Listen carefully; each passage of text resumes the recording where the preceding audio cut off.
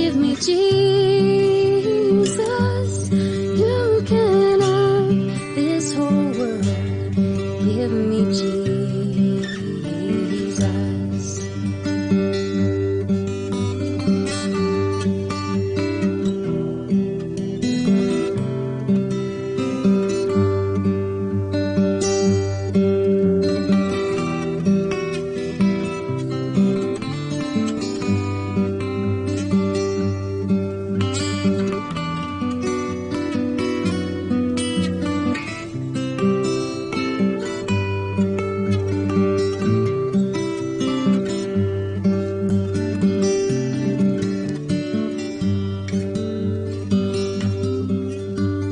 When I come to die, oh, and when I come to die, and when I come to die, give me Jesus. Give me Jesus. Give me Jesus. You can have this whole world. Give me Jesus. Give me Jesus. Give me Jesus. You can have this whole world. Give me Jesus.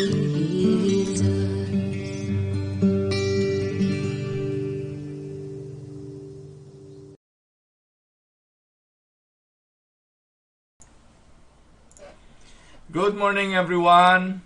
Ito po ang inyong lingkod, si Pastor Ruel Camia po mula po dito sa Winnipeg, Manitoba, Canada para po sa ating pag-aaral ng salita ng Diyos ngayong umaga. Welcome po muli sa Tinig ng Pag-asa. And again, ipagpapatuloy po natin sa araw na ito ang atin pong ginagawang pagtalakay doon sa tinatawag na Perseverance of Saints or Preservation of Saints o Eternal Security o yung doktrina ng once saved, always saved. Alam niyo mga kapatid, natalakay na po natin ng mga nakalipas na mga araw ang katotohanan na ang Diyos ang nagliligtas. The sovereignty of God to salvation. Na ang atin pong kaligtasan ay pagkilos, kapangyarihan, foreknowledge at kilos talaga ng Diyos. It is all about His grace.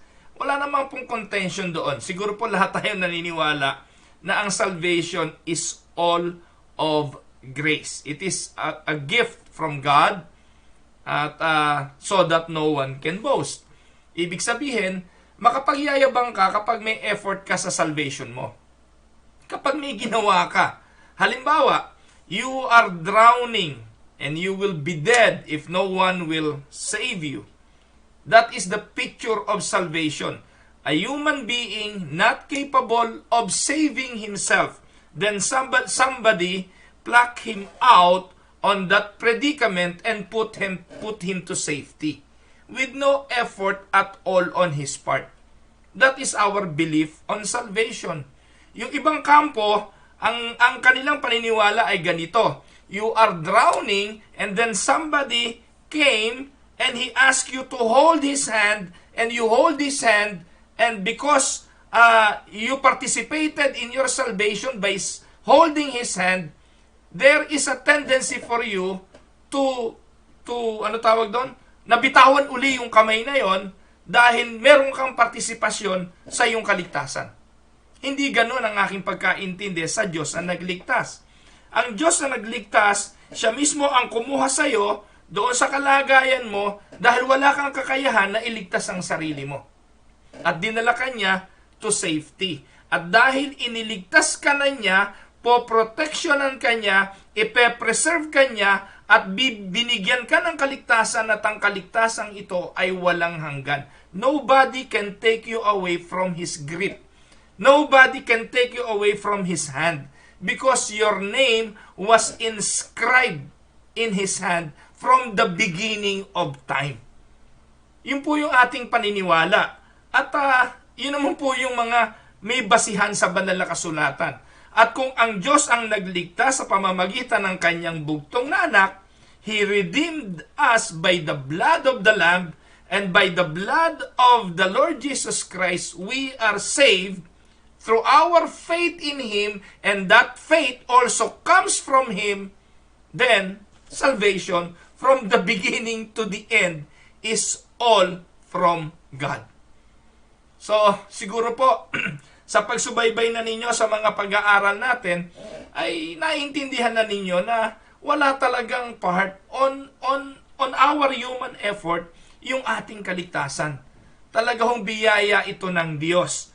At sabi po ng Philippians 1:6, itong kaligtasan na ito na sinimulan ng Diyos sa atin, ang sabi ni Paul, being confident of this, that He who began a good work in you will carry it on to completion until the day of Christ Jesus.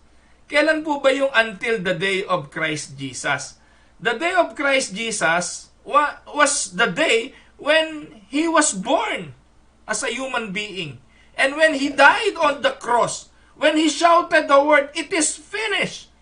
So mga kapatid, the word "it is finished" doesn't connotes that He is dead, that He is finished. But His work, the work of His salvation, the work of saving us from sin, that was finished already on the cross. That was the time when Jesus completed it. No? Kaya nga sabi ni Paul, He began the work in you, will complete it. At para po ang completion po talaga nun, mga kapatid, yung period ay yung araw na ang Panginoon ay babalik na muli at tayo'y dadali niya to eternal glory. So, yun po yun. No po? Pero, the work of salvation, tinapos na po niya. The work of redemption, the work of making us, part of the redemption plan of the Father, ay tapos na po yun sa krus ng Kalbaryo. Kaya sabi ni Pablo, ako'y may lubos na pagkakatiwala sa bagay na ito, na ang nagpasimula sa inyo ng mabuting gawa, lulubusin niya yun. So your salvation will be complete when Christ returned. So, there are 3 different names na ginamit nga po, natalakay na natin ito kahapon, para pag-usapan itong doktrinang ito ng perseverance of saints. At ang una nga pong term na ginamit, yung perseverance of saints, yung iba gumagamit ng word na preservation of saints, yung iba ginagamit yung eternal security, lahat po ito pare-parehas na tama. Wala pong mali dyan. Ano po? Pero ako personally, I would like to use the word preservation of saints because still, it is on the effort of God. He will be the one to preserve those whom He saved. At dahil po doon, meron tayong tinatawag na eternal security. Yun po yung one saved, always saved principle or doctrine. Whatever name is used for this doctrine, it teaches that all those who receive salvation can never again lose it or fall away from it. Ito po yung mga kapatid na malaking issue. Bata pa ako, issue na to eh. Maliit pa akong bata sa Sunday school. Meron na pong naniniwala rito at merong hindi naniniwala rito. At mga kapatid, importante ito sa iyo pong foundational, sa iyong foundational faith. Ano ba ang iyong paniniwala? Nawawala ba yung kaligtasan? No? Nawawala ba yung ibinigay na ng Diyos na kaligtasan? So, ang linaw na sinasabi ni Pablo, yung nangako na siyang nagsimula ng bagay na ito, siya ang tatapos nito. At if you have it, that is, if you have genuine faith and are in the state of the saving grace, you will never lose it. If you lose it, you never had it. Uulitin ko, yun ang foundation. Kung ito'y tinanggap mo at meron ka ng genuine faith na ibinigay sa'yo, na nagdala ng kaligtasan sa'yo, hindi mo ito maiwawala. At kapag ito'y naiwala mo, ibig sabihin, wala ka talaga nito in the first place. Sinabi po ito ni Juan, unang Juan 2:19, they went out from us. Ito yung mga taong lumabas, nag-fall away na sinasabi nila, o yung nawala ng kaligtasan na sinasabi nila. Sabihin na natin na meron talagang mga ganon. Pero ang argumento rito ni John, 1 John 2:9, they went out from us, but they did not really belong to us. For if they had belonged to us, they would have remained with us, but their going showed that none of them belonged to us.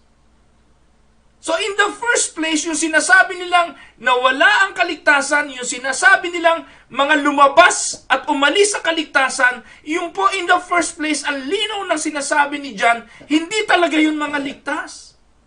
Hindi talaga yun mga pinili. Hindi talaga yun mga kasama. Uulitin ko, 1 John 2:19. Alam niyo po, sa lahat ng argumento ng mga Arminians, sa lahat ng argumento ng naniniwalang nawawala ang kaligtasan, sapat na po ang 1 John 2:19 para patunayan sa inyo na hindi kailanman maiwawala ang kaligtasan. Bakit? Ito po sabi ni Juan, uulitin po natin, 1 John 2:19. They went out from us. Sino tinutukoy dito? O sige, yung mga nawala ang kaligtasan. Yung mga tumalikod. Yung mga tinanggalan ng kaligtasan. Kung yun ang inyong iniisip. They went out from us. Pero ang sabi ni John, they did not really belong to us. Kaya po sila umalis, kaya po sila nawala ng kaligtasan, kaya po sila tumalikod na sinasabi, in the first place, hindi talaga sila kabilang. For if they belong to us, they would have remained with us. But they're falling away, they're backsliding, or kung ano tawag nyo pa doon, showed that none of them belong to us. By the way, backsliding is not really a way para mawala yung kaligtasan. There is backsliders, no? Pero hindi po yun yung mga binabanggit dito ni John, no po? Kasi merong Christian, meron na pong mananampalataya, merong ligtas na pwedeng mag-backslide. Remember the story of the young man? Doon sa story ng prodigal son? Anak yon, mga kapatid. Yung anak, mananatiling anak. Bagamat nagrebelde, nag-backslide, iniwanan yung kanyang tatay, kinuha ang kanyang kayamanan, natanggal ba yung pagiging anak nun? Nawala ba yung pagiging anak nun? Mga kapatid, kung iyon ay hindi nakabalik, at namatay na malayo pa rin sa ama, anak pa ba rin yun? Yes. Anak pa rin yun. Kasi ang argumento ng iba, kasi bumalik yan. Tinanggap uli ng ama, kasi yan bumalik. Mga kapatid, ako po naniniwala na yung anak will always come to a realization that he has a father. That he has a father, and God will not allow his son or daughter to really come to a point na hindi niya maaalala na meron siyang ama. Kung hindi man siya makabalik sa kanyang ama, he will come to a realization. Katulad po nung bunsong anak na yon. At ano po, yung realization na yon, nagtulak sa kanya para bumalik sa kanyang tatay. Yun ang anak. At ang ama, maghihintay lang yun doon sa punto na yon ng realization. And you know what? It is the Holy Spirit who will allow us to go through certain experiences in life for us to realize that we need again our Father. Pero hindi nawawala ang kaligtasan. Yung relationship will always be the same. If you are a son, you will always be a son. You cannot take away your being a son. You cannot deny your being a son to a father. And that is a spiritual, inheritance. That is a spiritual birth. Kapag ipinanganak, hindi na pwedeng ibalik uli sa sinapupunan para ipanganak na uli. Ang ipinanganak sa laman ay laman nga. Ipinanganak sa espiritu, espiritu nga. Once lang yon. Alam nga namang espiritu, pinanganak ka sa espiritu ngayon, nawala yung espiritu, bumalik na naman uli yung espiritu, kailangan ka na naman ng panibagong birth. Isa lang po yon. At hindi po natin alam kung paano yon. Sabi po ni Juan, umiihip ang hangin, hindi natin ito nalalaman kung saan nanggagaling. Ganun ang ipinanganak sa espiritu. Ako, mahabang talakayin po ito mga kapatid, pero isa lang po ini-emphasis nito. Binibigyan ng emphasis ang katotohanan na kapag ipinanganak ka na sa espiritu, ikaw ay anak na ng Diyos at ang Diyos na ang mag-iingat sa iyo. You are preserved by God at hanggang sa you are eternally saved. No? So, ngayon ang tanong, itong binabanggit na ito sa 1 John 2:19, marami talagang ganitong mga tao kasama sa loob ng church. No? Yung iba nga dyan, nangangaral pa. Yung iba dyan, leader pa ng praise and worship. Yung iba dyan, mga pastor pa yung iba dyan. Pero ang reality sa Matthew 15:8, ano po ang sabi ng Panginoon? Matthew 15:8. Ang sabi po, "These people honors me with their lips, but their hearts is far from me." Ano pa sabi dyan ng Panginoon sa Kristo? Yeah, may mga kasama kayo sa loob ng church. Pastor pa nga iba dyan eh. Pero yan, hindi talaga kasama. Yung iba dyan, hindi talaga ligtas. Pastor Camia, mapanghatol ka niyan. Paano mo naman hahatulan yung iba? Mga kapatid, hindi ako humahatol. Masakit itong pakinggan, pero 1 John 2:19 says, "They went out from us, but they did not really belong to us." Kaya marami sa loob ng church, mga kapatid, professing Christian. But the sad thing is, hindi talaga sila Christian. Sila po'y nasa loob ng church. Pinatikim ko ano pinatikim doon sa ibang mga mananampalataya. Naka-experience ko anong na-experience ng mga tunay na mananampalataya because they are in the fellowship. But the sad thing is, their hearts is far from me. Jesus even warns at the end of the Sermon on the Mount that at the last day, many will come to Him saying, what? Matthew 7:23, "Lord, didn't we do this in your name? Didn't we do that in your name?" No? Nagpalayas kami ng mga demonyo sa pangalan mo. Nangaral kami sa pangalan mo. Can you imagine that? Yun yung mga declare ng declare eh. Marami ngayong uso ngayon yun eh. Sa pangalan mo, I declare. In Jesus' name, I command. In Jesus' name, I decree. No? Uso yun. Yun ang pinauuso ngayon ng marami.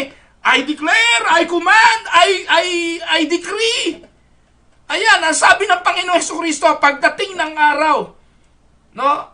Sasabihin ko sa inyo, "Depart from me, you workers." Take note, ano sabi ng Panginoon? Worker yan eh. No? Workers of what? Workers of iniquity. Hindi ko kayo nakikilala kasi ang puso ng mga taong ito punong-puno ng kayabangan. Punong-puno ng pagpapaimbabaw. Punong-puno ng sarili. Na para bang sila ang Diyos, sila ang may kapangyarihan imanipula ang Holy Spirit. Sila ang may kapangyarihan sa banal na Espiritu Santo. Sila sa paningin ng maraming tao ang banal. Pero sila yung nagtitiwala sa kanilang mga sariling kapangyarihan. Sila yung nagtitiwala sa sarili nilang lakas. Na para bang ang salvation ay nakuha nila at napilipit ang kamay ng Diyos dahil sa kanilang pananampalataya. Hindi po yun ang turo ng Biblia. He will not say, "I knew you for a season. And then you went sour and you betrayed me." No. Ang sabi ng Panginoon, "In the beginning, you are never part of me." The whole purpose of God's election is to bring His people safely to heaven. Therefore, what He starts, He promises to finish. He not only initiates the Christian life, but the Holy Spirit is with us as the sanctifier, the convictor, the helper to ensure our preservation. And I want to stress that this endurance in the faith not rest on our own strength. Even after we are regenerated, we still lapse into sin. Even serious sin. Nagkakasala po tayo. At kung ang pagkakasala natin ang magtatanggal ng kaligtasan, wala pong maliligtas kahit isa. Sapagkat at this very moment, I am saying this to you. Mamaya-maya lang konti, magkakasala ka na uli. Mamaya lang konti, may maiisip ka masama, kasalanan yon. Mamaya lang konti, magnanasa ka, nakakita ka lang ng isang coaching dumaan na ubod ng ganda. Uy, ganda nun. Kailan kaya ako magkakaroon nun? Makataya kaya sa loto. Sa tingin nyo, hindi kasalanan yan? Wala akong sukatan ng kasalanan kung malaki o maliit. Kasalanan yan. Pare-parehas ang level niyan. Hindi kailangan makagawa ka ng maraming kasalanan para ka magkasala. Isa lang kasalanan lang. Isang kasalanan lang kailangan. He will be considered as a sinner. Pero mga kapatid, even after regeneration, May lapses tayo. May kasalanan tayo. May pagkakamali tayo. Pero ito po mga kapatid ay hindi na magdedetermine kung ikaw ay ligtas. Hindi na magdedetermine kung ikaw ay nawala ng kaligtasan. Idedetermine na lang marahil nito, idedetermine nito ang reward pagkatapos na ikaw ay maligtas. It is no longer an issue of salvation, but it is an issue of reward. Amen? Yun po yung binabanggit sa 1 Corinthians chapter 3. Isa lang ang foundation na pagtatayuan natin ng mga bagay na ating gagawin. Yung iba magtatayo, gagamit ng pinaggapasan, ng mga kahoy at ng straw. May gagamit naman na magtatayo, nagagamit doon ng mamahaling bato, ng ginto, no? At ihahayag ng apoy ang mga gawa ng bawat isa. Kung manatili, anong sabi? Tatanggap ng gantimpala. Pero kung masunog, you will suffer loss. But then, you are saved. Amen? Ligtas. So, salvation is secured. Sinabi ito ng ating Panginoon. Sabi po ay napakaraming mga talata. No? Again, let us review a little the 5 points of Reformed theology. Reformed theology, the tulip of the faith of the Reformed. Letter T stands for total depravity. Ang ibig sabihin, through the fall of man, humanity is strained by sin in every aspect. We are sinners in every aspect. Heart, emotions, will, mind, and body. This means people cannot independently choose God. How can a dead man choose something? Sa physical nga, ganun, pag patay eh. Meron ba nagagawa ang patay? Ngayon, in the spirit, we are dead. Tama po, di po ba? The wages of sin is death. So if you are dead on the spirit, what can a dead spirit do? Can a dead spirit have faith? Naisip niyo po ba yun? Can a dead spirit do something? Can a dead spirit know God? How can that be possible? So the work of salvation is through God unless He make the dead spirit alive. Naisip niyo po ba yun mga kapatid? Kaya pag nanampalataya ka sa kanyang anak, isa lang ibig sabihin, the Father draws you closer to His Son. It is the Father introducing you to His Son, which is the way, the truth, and the life. Paano mangyayari yon?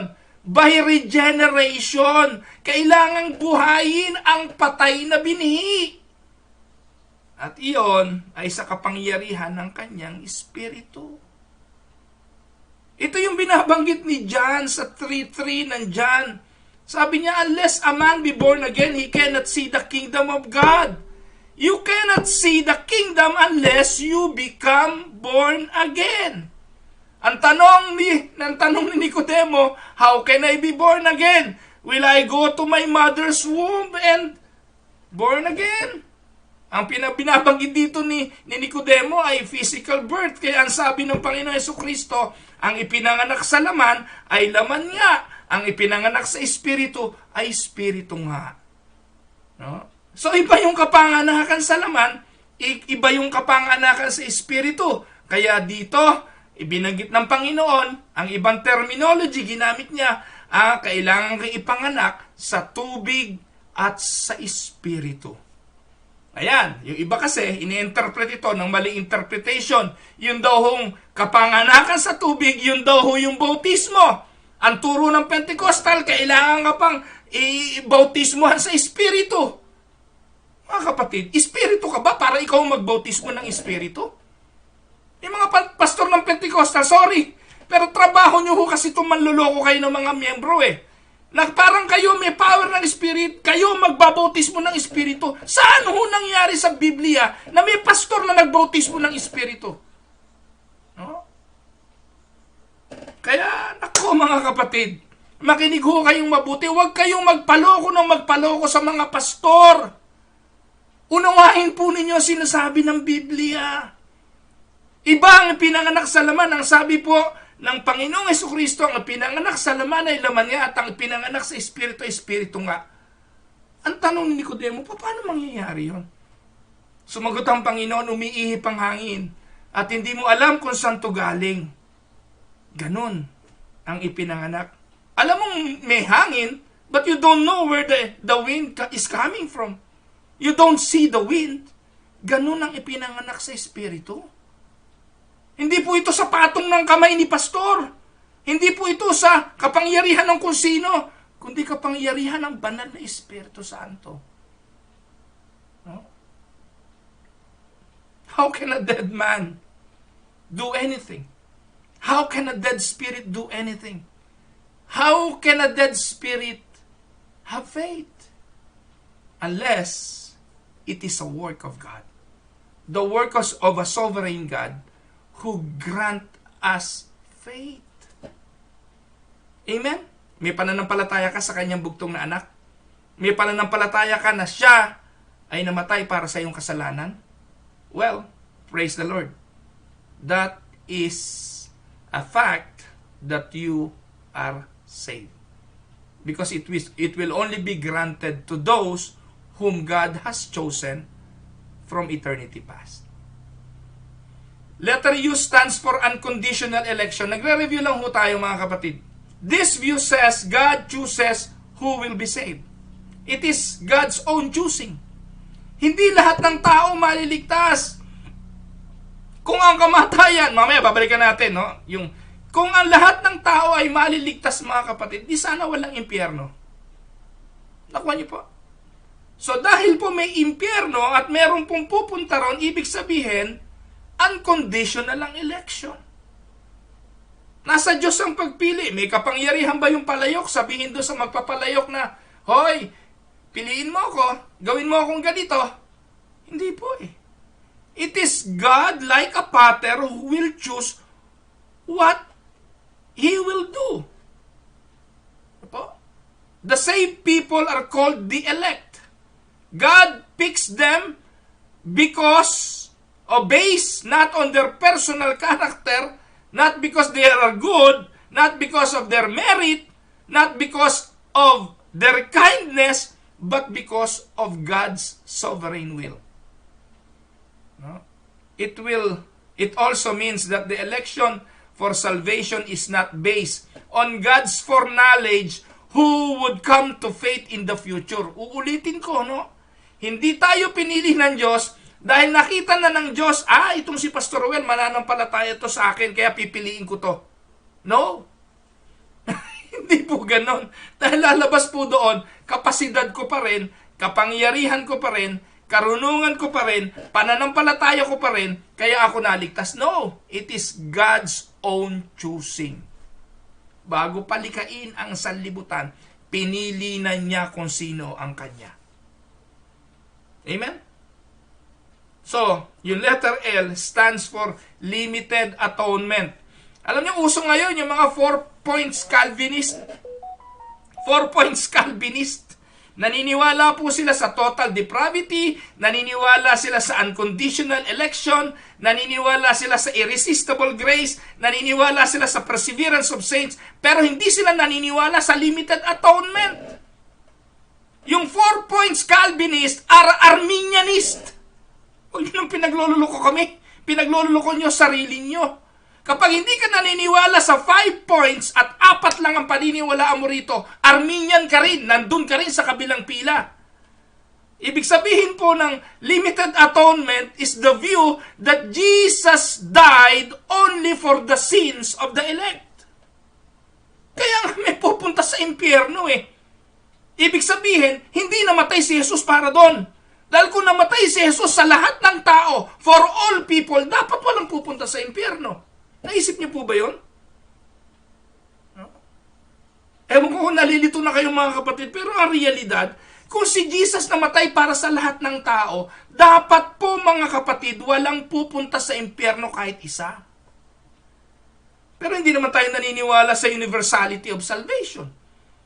Dahil ang realidad, meron naman talagang pupunta sa impyerno.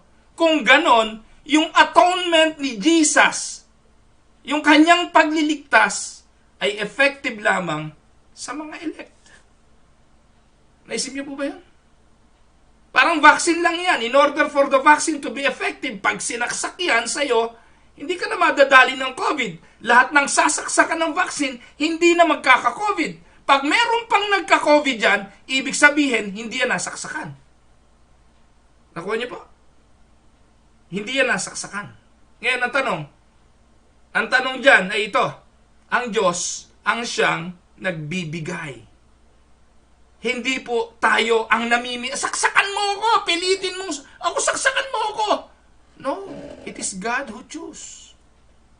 And His salvation, His saving grace, is His own choosing. Amen? Mga kapatid, Romans chapter 9 is very clear. I will have mercy on whom I will have mercy, and compassion on whom I will have compassion. Ngayon, sabi, hindi naman ikaw makatarungan ng Diyos. Yun na rin Romans chapter 9 na sumagot. Hindi ika matuwid ang Diyos. Pwede ba sabihin ng pater na ganito, anang nampat sa pater, gawin mo ako sa gusto kong gawin? No. Wala tayong kapangyarihan. Ang Diyos sa kanyang karunungan ang nagtadhana ng lahat ng bagay. Amen? Matthew 20:28 support the belief that Jesus died for many. He died for many. Hebrews 9:28. This point is rather controversial to some, but for those whom God has chosen, this will not be an issue. So, limited atonement. Ang kaligtasan ng Panginoon na ginawa sa krus ng Kalbaryo, hindi para sa lahat ng tao. Para lang ito sa mga mananampalataya. Effective lang ito para sa mananampalataya. Ang tanong, sino yung mananampalataya? Yung binigyan ng faith. Sino yung binigyan ng faith? Yun ang mga elect. Sino yung mga elect? Yun yung mga born again.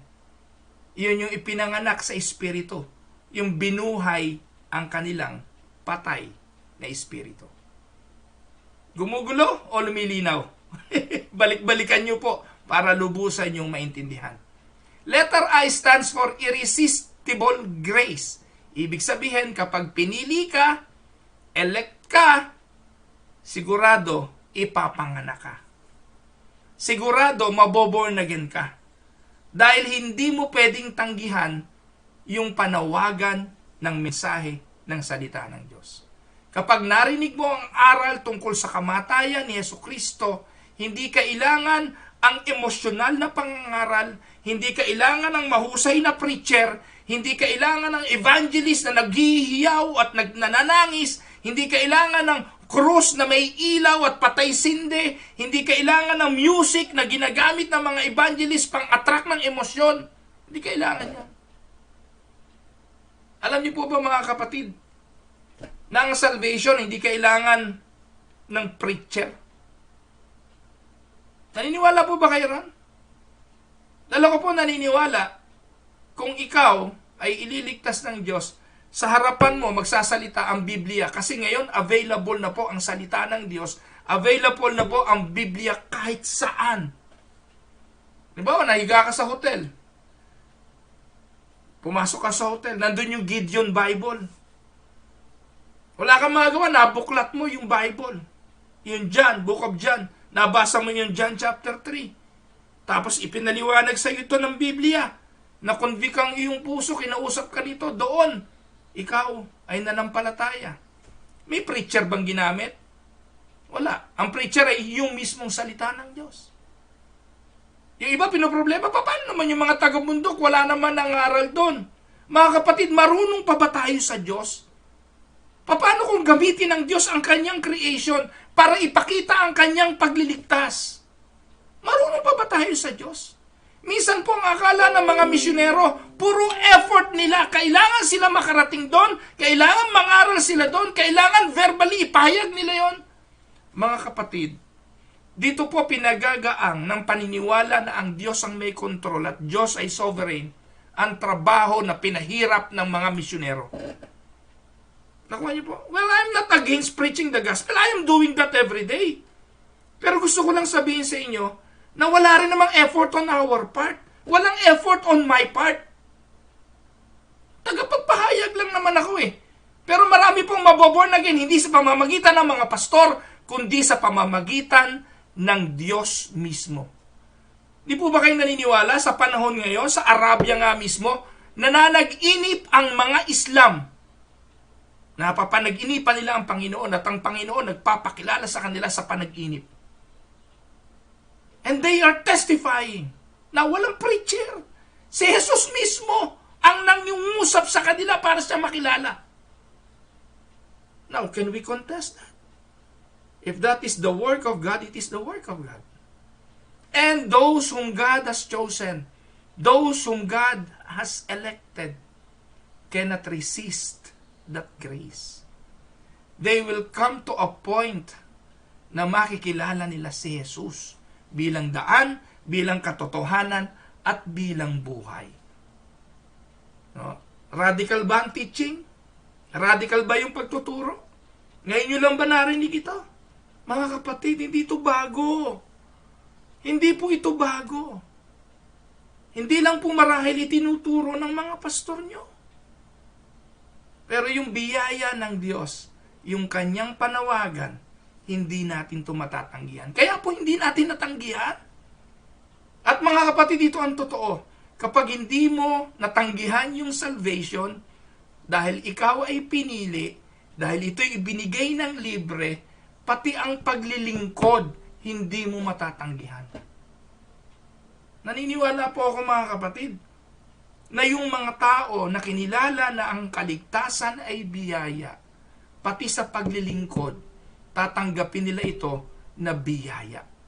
Hindi burden, hindi pabigat, kundi biyaya. Amen? Yung maatasang gawin ng isang ministeryo ay biyaya. Hindi ka mapapagod maglingkod kasi ito ay biyaya. Kung saang ministeryo ka man ilagay, ito ay biyaya at hindi mo ito matatanggihan. Katulad po ng pagiging pastor nang tinawag ako ng Diyos, as much as I want to run away from the call of God, but the call of God is irresistible. Just like what happened to Jonah. No? Kahit pumunta ka ng Tarsis, dadaling ka ng Diyos sa iyong Ninibe.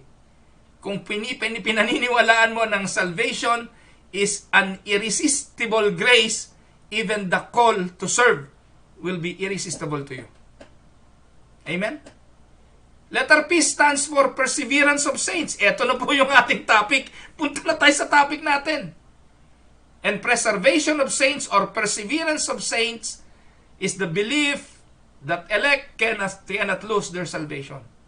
Because salvation is the work of God, the work of the Father, the Son, and the Holy Spirit. It cannot be thwarted.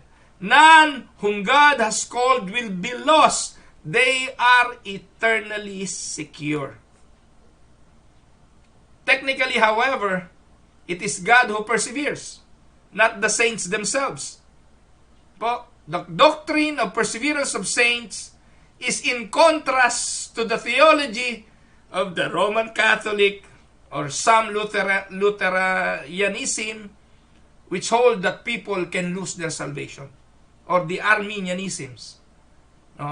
Calvinist, Reformed theology support eternal security with verses such as John 10:27-28, Romans 8:1, 1 Corinthians 10:13, Philippians 1:6, at kung ano-ano pa. Psalms 37:23-24, Psalms 37:28, Isaiah 45:17, Isaiah 49:16, Jeremiah 32:40, Luke 22:31-32, John 3:16, John 6:39, John 10:27-29, John 17:11 and 24, Luke 22:32, Romans 8:35-39, 1 1 Corinthians 1:7-9, 2 Corinthians 4-8, Philippians 1:6, 2 Timothy 2:19, 2 Timothy 4:18, Hebrews 7:25, Hebrews 10:14, 1 Peter 1:5, 1 Peter 1:23. Of all those verses, trabahuhin nyo naman na magbasa. Buklatin at aralin. At ang mga verses na yon, magbibigay ng lalong matinding pagkaunawa sa inyo na hindi mo kayang iwala ang kaligtasan. Because in the first place, your salvation is not because of you. It is because of God. Amen? So, bukas, by the way, anong relationship ng perseverance of saints to the other 4 points ng tulip ng Reformed theology? So, balikan natin saglit. In conclusion, let us remember that the doctrine of perseverance is inseparably connected with the rest of the 5 points of Reformed theology. Una, the elect are preserved. They are preserved both because God has chosen them and because Christ died for them. They need that preserving grace because in themselves, they are totally depraved. Because in themselves, they cannot do anything, certainly not the great good of finding and obtaining everlasting life. That the grace which God gives to them is powerful and irresistible. So that only their own sins, not only their own sin, but also the devil and the whole wicked world prevent them from being saved with an everlasting salvation. The grace of God is powerful. And to deny the doctrine of perseverance is to say that God's counsel can be changed. Nababago ba yung counsel ng Diyos? Pwede bang sabihin na, ligtas ka ngayon, bukas hindi? Niligtas ka ng Diyos ngayon, nilaglag ka ngayon bukas, bukas uli, kukunin ka uli, ilalaglag ka na naman bukas. Ganun ba ang Panginoon? Naalala ko nung bata ako no? Ano yan, isang basong ihi? Alam niyo ba yung term na yun, isang basong ihi? Kapag nangako ka, at gusto mong bawiin yung ipinangako mo, iinom ka ng isang basong ihi. Sino pong babawi ng pangako kung ganun? Sa tingin nyo, ang Diyos, isang basong ihi? Na pagkatapos niya ibigay ang kaligtasan sa iyo, babawiin niya uli? No. It is to say that Christ groaned and bled, died on the Calvary for nothing? That God's promise can fail?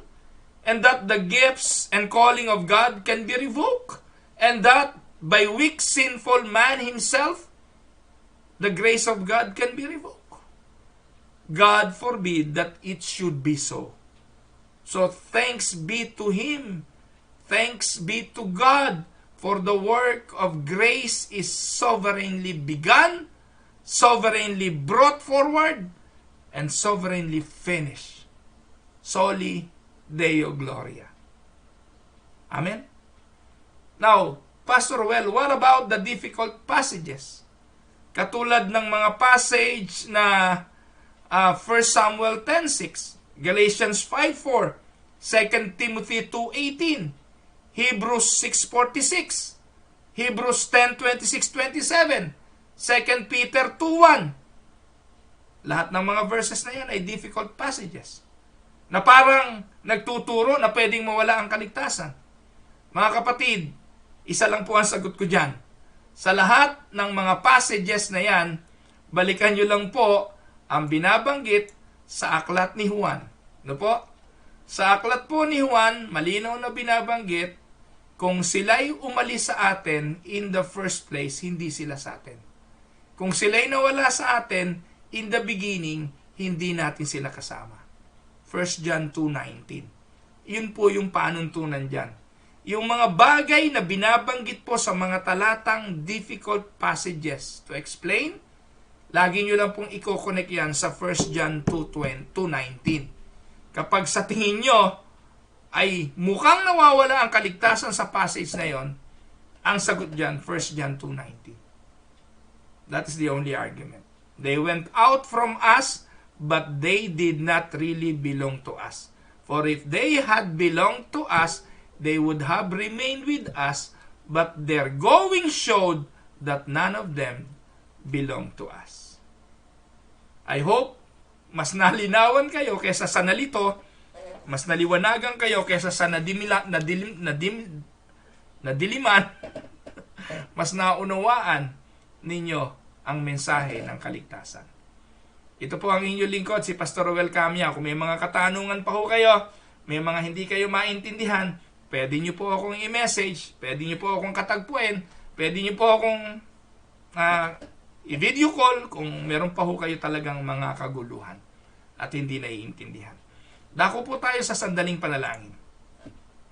Panginoong makapangyarihan, maraming pong salamat. And I do thank you, Father, for giving us wisdom, giving us the Word of God in your Scripture to teach us some, for giving us verses pertaining to the perseverance ng iyong mga anak.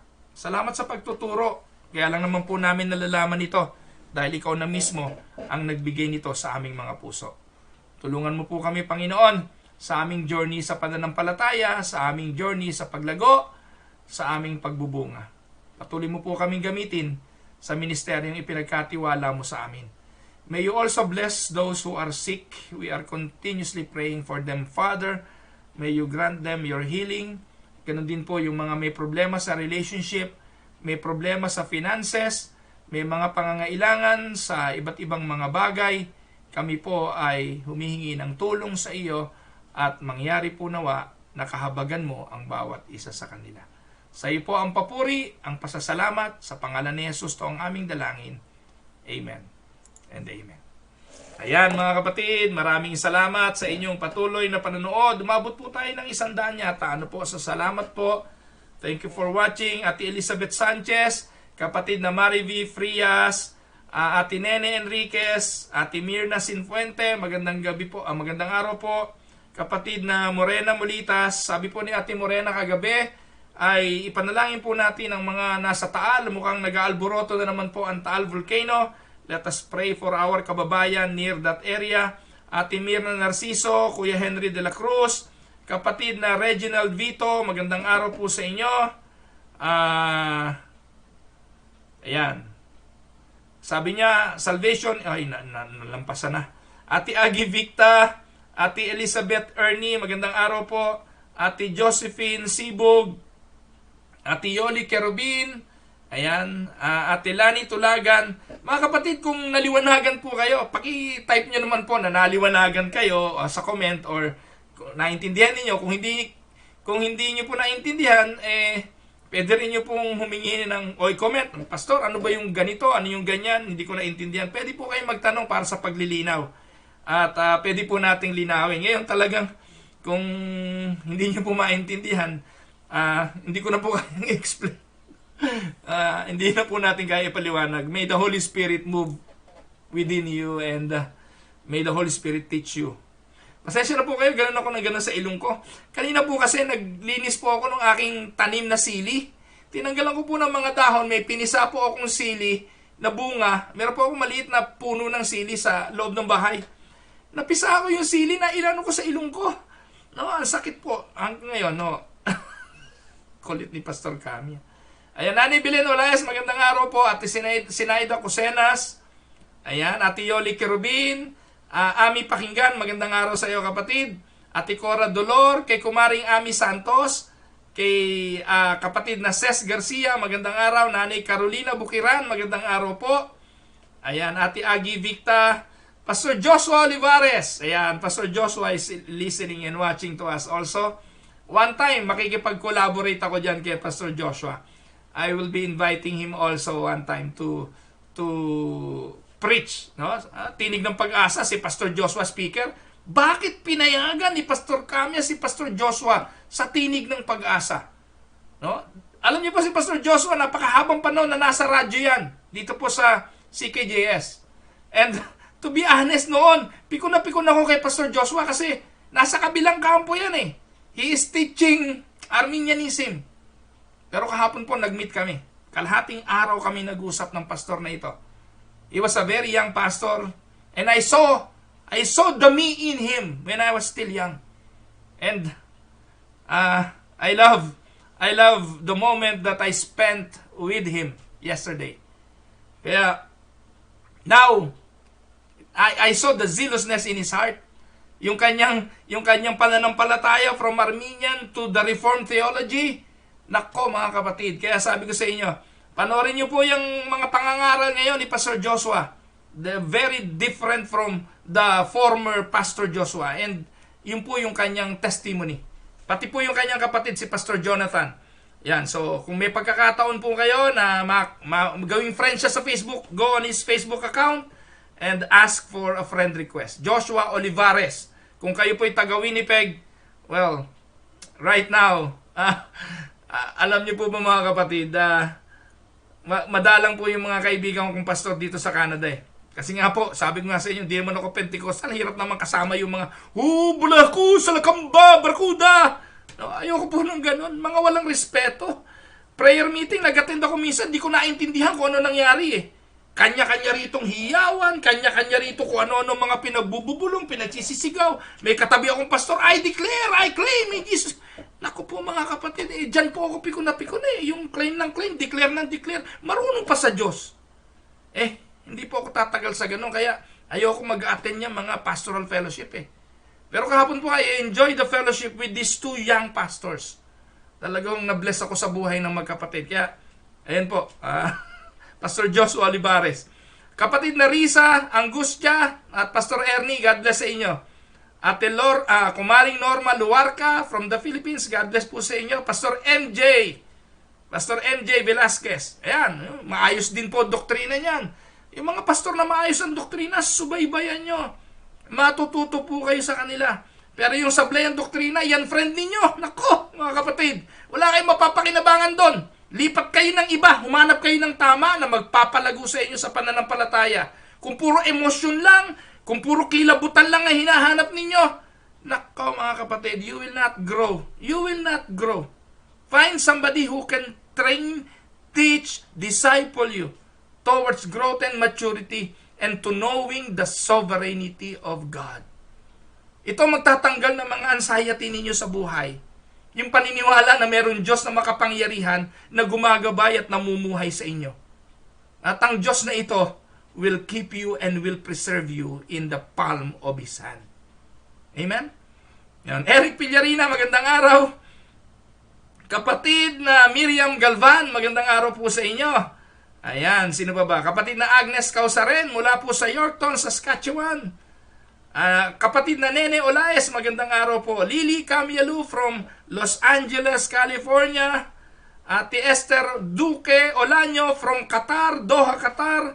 Kapatid na Hazel Pacifico from Mexico, no? Tijuana, Mexico. Kaya, naku po, mga nanonood sa atin, Qatar, Middle East, Mexico, United States, Pilipinas, na po. Ate Nelia Ramos from California, USA. Ate Vanji Magnaye from, saan ba si Ate Vanji? Silang, Cavite. Kapatid na Reginald Vito, magandang araw din po sa inyo. Ayan. Ate Merly Toledo, Ate Ellen and Kuya Monching Gonzales, Ate Maricruz, Kuya Eric Maynez, Ate Paz de la Cruz, kapatid na Javes Sanchez, Kuya Orlando Masungsong, magandang araw. Kapatid na Reneo de la Cruz, kapatid na Reneo, welcome po sa Tinig ng Pag-asa. Marami pong mga bagong pangalan na ngayon ko lang po nakita sa Tinig ng Pag-asa. Welcome po kayo. Ate Laila Alvarez from Edmonton. Ayan, Edmonton, Alberta. Ate Evelyn Cameros, magandang araw po sa inyo. Kuya Larry Montillano from Imus, Cavite. Kapatid na Ruel Barcenas, magandang araw po sa inyo. Welcome po sa Tinig ng Pag-asa. Marjorie Almasar from, saan ba itong si Marjorie? Sa Amerika ito. Ano ba yung pangalan ng kanilang state? Ah, may YouTuber pala na taga ron sa kanila eh. Nakakalimutan ko. Si Justin Backpack. Kung nanonood po kayo ng YouTube, si Justin Backpack ay taga ron sa lugar nitong sina Marjorie Almasar. Saan nga ba yun? Nakalimutan ko. Marjorie, paki-comment nga kung saan kayo sa Amerika. Nanay Elong Santarin, magandang araw po. Kapatid na Vanessa Tubigon, magandang araw po. Ate Mirna Sapitan from Long Beach, California. Sabi niya, very clear. Thank you, Ate Mirna. Kuya Emil Serrano from Doha, Qatar. Ate Daisy Dominguez Flora at si Commodore Flora, welcome po sa panonood. Ate Daisy, yan, ang asawa po nito ay dating si Commodore Flora ng Coast Guard sa Philippines. Alam niyo po, mahal na mahal ko itong mag-asawang to. Alam niyo po ba nung araw sa Pilipinas, hindi ako kailanman bumili ng load sa cellphone. Sapagkat ito pong si Commodore Flora, si Kuya Alex Flora, supplied po ako ng load araw-araw. Po, talaga naman, napakabuting tao po niya, mag-asawang niya. Imagine niyo sa buong panahon na nag-cellphone ako sa Pilipinas, supplied ako ng load. 500 pesos weekly yata binibigyan ako ni Kuya Alex. Kaya hindi lang po ako, marami po akong pinapasahan ng load before dahil po sa kabutihan ni Commodore Flora. Atenea Ramos from Long Beach, California rin po. Kapatid na Mirna Narciso. Ayan. Kapatid na Tita Castillo. Para mas marami na ngayon yung mga taga-Amerikang nanonood sa akin. Taga-Amerika rin po ito, si Ate Tita Castillo. Pro Sombrero, magandang araw po sa inyo. Ate Maricruz, Tita Myra Paredes Libertino ng Aristocrat Restaurant. Ayan, pagpalain po kayo ng Panginoon mga kapatiran sa Aristocrat. Brother Dong, ayan, I miss you Brother Dong, magpalakas ka. Ayan, sino pa ba? Ayan, kapatid na Jacqueline Kamingal. Ayan, 5 points of Calvinism. Total depravity, unconditional election, limited atonement, irresistible grace, perseverance of saints. Ayan, so yan, nagno-notes. Nakakatuwa. Kapatid na wala, pare-parehas na po sila na rin po yan. Purihin po ang Panginoon, malinaw na malinaw po Bishop. Purihin po ang Diyos sa buhay ninyo. Very clear po, Pastor, ang inyong paliwanag. Maliwanag na maliwanag po, Pastor. Ate Alitz Cortez, magandang araw po. Edlin Hugo, amen po. Kapatid, Ate Lori Domingo, ito pa ho isang tao na mahalaga sa buhay namin. Si Ate Lori Domingo. Alam niyo po, ang mga anak ko ay hindi nalilimutan tong si Tita Lori nila. Ate Lori, patuloy kang pagpalain ng Panginoon. By the way, nakikiramay po kami sa sambahayan ng mga Ada. Ngayon po ang araw ng libing ni Sister Loida Ada. Si Ate Loida Ada po isa sa powerful woman in the ministry. Katuwang ko po ito nung ako po ay nasa Cavite City. Ayan, nakakalungkot.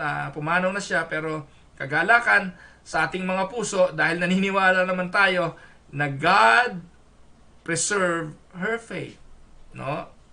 Ayan, mukhaan na po niya makikita ang ating Diyos. Ate Agi Victa, sabi ni Ate Yoli, nadagdagan po ang natututunan namin. Pareho po kayo ni Pastor Paul Michael Toledo ng Katuruan. So praise the Lord. Ayun po, si Pastor Michael, tama po ang niyan, ang doktrina niyan. So yan, Pastor Michael Maynes. Yan. Sabi po ni Ate Norma Luwarca, late po ako dahil may gawain kami sa Tabe Unida Church. Papanoorin ko na lang po uli para malaman ko kung ano yung lecture nyo ngayon. Salamat po, Kumaring Norma. Pagpalain po kayo ang buhay ninyo sa pagpapagod para sa kaluwalhatian ng Panginoon at kaligtasan ng mga pinili ng Diyos. Salamat po, Tita Castillo. Yes po, I'm blessed with Pastor Josh. Super nice pa. Ayan. So, Elaine Sauler Tumbokon. Kapatid na Elaine. Yan. So, kilala rin niya ro po si Pastor Joshua. So, yan. God bless, kapatid na Elaine. Si Mayora ng Barangay 204. Yan. By the way, kung kailangan nyo ng Tupperware, you know where to go if you are from Winnipeg. The Tupperware Lady, Elaine Sauler Tumbokon. Ayan. Sabi ni Kuya Larry Montillano, maliwanag na maliwanag po ang inyong mensahe. Lumawak po ang aming kaalaman. God bless po. Michigan! Ayun, si Marjorie Almasar ay from Michigan. Ayan, si Justin Backpack, siya po yung isang backpacker YouTuber na tumambay po sa Cebu, sa Toledo. Ayan, sa Toledo, Cebu. na tumutulong po siya ron sa mga mahihirap doon sa Cebu. Marami na po siya natulungan doon. At pinapanood ko po yung kanyang YouTube channel, Justin Backpack. Pero kung manonood po kayo ng channel niya, manood din kayo ng Ruel Camia TV. Salamat po sa 14,600 subscribers na po ng Ruel Camia TV. Ate Susan Flores, magandang araw po. Kapatid na Arnold Soleta from Dubai. O, salamat sa Panginoon. Ngayon ko lang po na nakita yung pangalan nyo, Kuya Arnold Soleta. Welcome po sa Tinig ng Pag-asa. Si kapatid na Pros Morales Sombrero ay nasa Brunei. Wow! All over the world na po yung nanonood sa atin. So, ayan. Maraming pong salamat sa patuloy nyong pagsuporta. Si kapatid na Gloria Morales ay nasa Brunei din. So, marami na pong, alam nyo mga kapatiran, talagang, gagawin na po natin, Tinig ng Pag-asa, Unida Church ito. Gagawin na po natin, online simbahan. Pwede naman yun, di ba? Kaya lang, ang pananambahan natin araw-araw. Hindi po tayo mananambahan ng once a week lang. So, Tinig ng Pag-asa, Unida Church. Araw-araw pananambahan. Ayan, di po ba? Okay yun? So, ano kaya kung subukan nating mag-Skype? Total naman yung Skype na ilalagay din ito sa live Facebook. Tapos isesend ko sa inyo yung link para makasama ko kayo. No? Magkakasama tayong ganyan. Okay ho ba yung ganung suggestion? Tingin ko lang. Para kasama kayo sa discussion. Tapos, pwede pa kayong kumanta. May kantahan. Kaso, hahaba na. No? Sa halip na, inabot po ako na mahigit 1 oras masyado nang mahaba. Okay na ho siguro muna tong ganito. So, marami pong salamat sa inyong patuloy na pagsuporta, sa inyong pagsama, sa inyong lingkod. At again, ito po ang inyong lingkod, si Pastor Ruel Camia mula po dito sa Winnipeg, Manitoba, Canada, para po sa pag-aaral ng salita ng Diyos sa Tinig ng Pag-asa. God bless everyone. Take care.